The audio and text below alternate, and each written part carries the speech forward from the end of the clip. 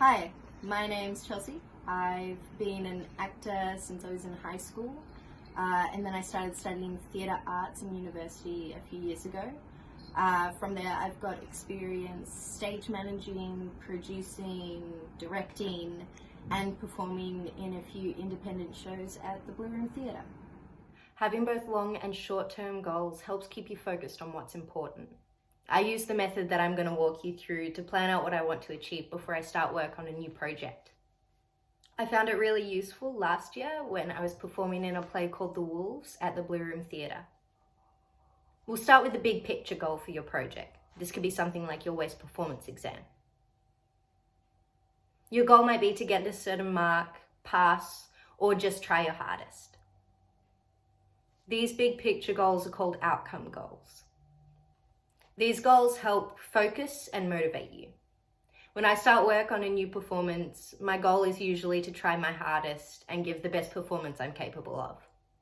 The next step is to look at the building blocks that are going to get us to that big picture goal. We call these performance goals, and they're going to keep us on track. It could be helpful to look at the marking key for your assessment or to talk to your teacher for some advice. If I'm going to give my best performance, I know it's important for me to be prepared, relaxed, and focused. Not just for each performance, but also for each rehearsal. Lastly, we're going to set a plan of actions that we need to take to reach each of those performance goals.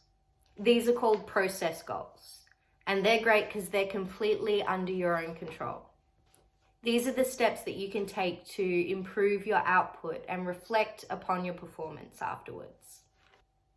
To be prepared for each rehearsal, I need to be learning my lines, doing research into my character, working on my accent if I need one, reviewing any lines that I'm dropping or paraphrasing, checking in on moments where I forgot my blocking or did the wrong thing.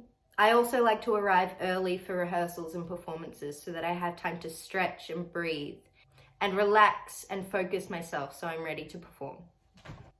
I also find it useful taking the time to reflect at the end of each rehearsal or performance so that I can review any areas that I might need to focus on to improve for the next time. Sometimes it feels overwhelming looking at everything that you want to do when it's written out in front of you. And while you're sitting there, make sure that you take the time to be compassionate and gentle with yourself. I've never done every single step that I wanted to. A lot of the time that's because my energy runs out or I get distracted by the other aspects of my life. No human's ever perfect, and it's really important to take the time to rest and avoid burning yourself out. Looking back, I'm really proud of the work that I did, and I know that there's still room for me to improve next time, which makes me excited for the next opportunity I get to be on stage. Next, I'm going to walk you through a free flow writing exercise that I learned while studying at Curtin Uni. When you're starting out writing, sometimes you can get caught up in things not feeling right or perfect, and in trying to make each step perfect, you'll actually hinder yourself in moving forward. This exercise focuses on developing our skills of letting that first draft come out without critiquing ourselves through the process. Depending on your preference, set a timer for 5 to 10 minutes.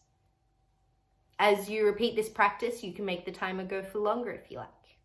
If you're writing with a pen, you want to keep it flowing on the page for the duration. And if you're writing on your laptop, you want to keep your fingers typing until the end of the timer. Part of this exercise is resisting the urge to scribble out or erase words and just let that first draft come out onto the page and worry about making it perfect or better later. If you've already got a project that you're working on, maybe for WAST, then you could have a topic in mind that you want to write on for this exercise. If you're looking for new prompts and ideas, I always find it useful just Googling creative writing prompts and picking the one that I like most out of that. I'll also give you a prompt for today's exercise, which is a snake who just wants a cuddle. When you're ready, you can start your timer and try to keep your pen moving along that page for the duration. After you finish with that first exercise, reread what you've written and highlight, underline, or asterisk any phrases or sentences or even words that you really like. Pick something in your writing exercise that you like and write it at the top of a new page. Set yourself a new timer and see where that new prompt will take you. If you're looking for more creative writing prompts or to work on your writing, then Julia Cameron is definitely a practitioner to look into. She has an exercise called Morning Pages on her website and a video explaining it. The exercise is essentially 3 pages of long-form, free-flow, stream of consciousness writing done first thing in the morning. I'll include a link in the video description that you can follow if you want to look more into this exercise and her other work.